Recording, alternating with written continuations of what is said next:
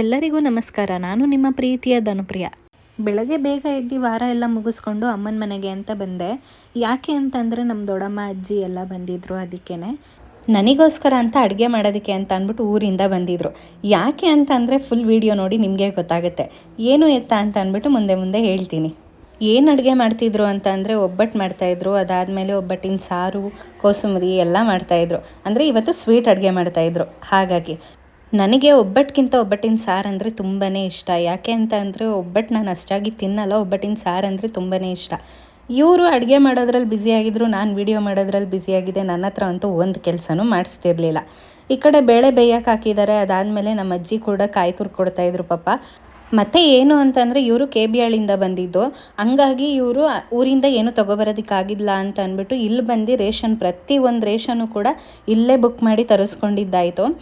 ನಿಜವಾಗ್ಲೂ ಇವರೆಲ್ಲ ಕೆಲಸ ಮಾಡ್ತಿದ್ದಿದ್ದು ನೋಡಿ ನನಗೂ ಕೆಲಸ ಮಾಡಬೇಕು ಅಂತ ಅನ್ನಿಸ್ತಾಯಿತ್ತು. ಬಟ್ ನನಗೆ ಕೆಲಸ ಮಾಡೋಕ್ಕೆ ಬಿಡ್ತಾ ಇರಲಿಲ್ಲ. ಸರಿ ಅಂತ ಅಂದ್ಬಿಟ್ಟು ನಾನು ವೀಡಿಯೋ ಮಾಡ್ತಿದ್ದೆ. ಈ ಬೇಳೆ ಅಂತೂ ಕುದಿಯೋಕ್ಕೆ ಹತ್ತುತ್ತೆ ಇರಲಿಲ್ಲ. ನಾನಂತೂ ನೋಡಿ ಸಾಕಾಯಿತು. ಅದಾದಮೇಲೆ ತುಂಬಾ ಅಂದರೆ ಜಾಸ್ತಿ ಮಾಡ್ತಾಯಿದ್ರಲ್ವ, ಅದಕ್ಕೇ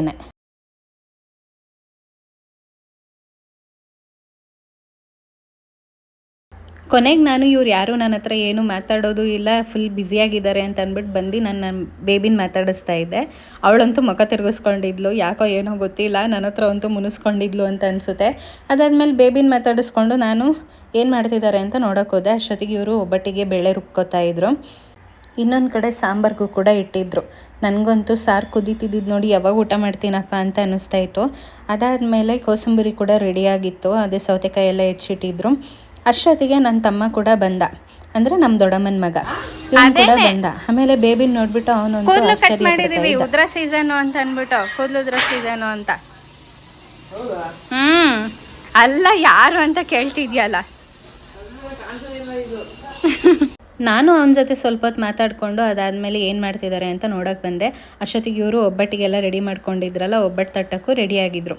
ನಮ್ಮಮ್ಮ ಬೇಯಿಸ್ತಾ ಇದ್ರೆ ನಮ್ಮ ದೊಡ್ಡಮ್ಮ ತೊಡ್ತಾ ಇದ್ರು. ಅದಾದಮೇಲೆ ಅಷ್ಟೊತ್ತಿಗೆ ಎಲ್ಲರನ್ನೂ ಊಟಕ್ಕೆ ಕರೆದಿದ್ರಲ್ಲ, ನಮ್ಮ ಮನೆಯವರು ಕೂಡ ಬಂದಿದ್ದರು. ಏನು ಸ್ಪೆಷಲ್ಲು ಏನಕ್ಕೆ ನನಗೆ ಅಡುಗೆ ಮಾಡಿ ಇಡ್ತಿದ್ದಾರೆ ಅಂದರೆ ನನಗೆ 7 ಮಂತ್ ಇತ್ತು. ಸೊ ಅದಕ್ಕೇ ನನಗೆ ಅಂತ ಅಂದ್ಬಿಟ್ಟು ಅಡುಗೆ ಮಾಡಿಕಕ್ಕೆ ಅಂತ ಬಂದಿದ್ದರು ಊರಿಂದ. ಮತ್ತು ಇನ್ನೊಂದು ಏನಂತ ಅಂದರೆ ನಮ್ಮ ಕಡೆ ಈ ಥರ ಅಡುಗೆ ಮಾಡಿಡಕ್ಕೆ ಬರ್ತಾರಲ್ಲ, ಅವ್ರು ಯಾವುದೇ ಕಾರಣಕ್ಕೂ ಟೇಸ್ಟ್ ನೋಡೋದಿಲ್ಲ. ಫಸ್ಟು ನಮಗೆ ಮಾಡಿಕಕ್ಕೆ ಬಂದಿರ್ತಾರಲ್ಲ, ಅಂದರೆ ಪ್ರೆಗ್ನೆಂಟ್ ಇರೋರೇ ಊಟ ಮಾಡಬೇಕು. ಅದು ಉಪ್ಪು ಖಾರ ಏನೇ ಇದ್ದರೂ ಅದ್ರ ಟೇಸ್ಟ್ ನಾವೇ ಮೊದಲು ನೋಡಬೇಕು. ಹಂಗಾಗಿ ಫಸ್ಟ್ ನಮಗೆ ಎಲ್ಲ ಇಟ್ಕೊಡ್ತಾರೆ. ಏನೇನು ಸ್ಪೆಷಲ್ಲು ಅಂತ ಅಂದ್ಬಿಟ್ಟು ನೀವೇ ನೋಡಿ. ಅನ್ನ ಸಾರು ಮಾಡಿದರು, ಪಲ್ಯ ಮಾಡಿದರು, ಅದಾದಮೇಲೆ ಕೋಸಂಬರಿ, ಒಬ್ಬಟ್ಟು ಎಲ್ಲ ಮಾಡಿದರು. ಅದನ್ನೆಲ್ಲ ತಿಂದ್ಕೊಂಡು ಆರಾಮಾಗಿ ಸ್ವಲ್ಪ ಹೊತ್ತು ಕೂತ್ಕೊಂಡು ಟೈಮ್ ಪಾಸ್ ಮಾಡ್ತಿದ್ವಿ.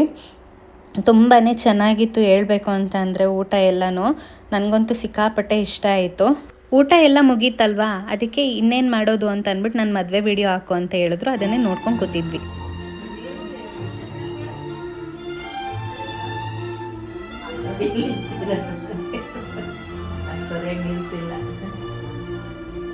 ನೆಕ್ಸ್ಟ್ ಏನೆಲ್ಲ ಆಯಿತು ಅಂತ ನೆಕ್ಸ್ಟ್ ವಿಡಿಯೋದಲ್ಲಿ ಹೇಳ್ತೀನಿ. Thank you.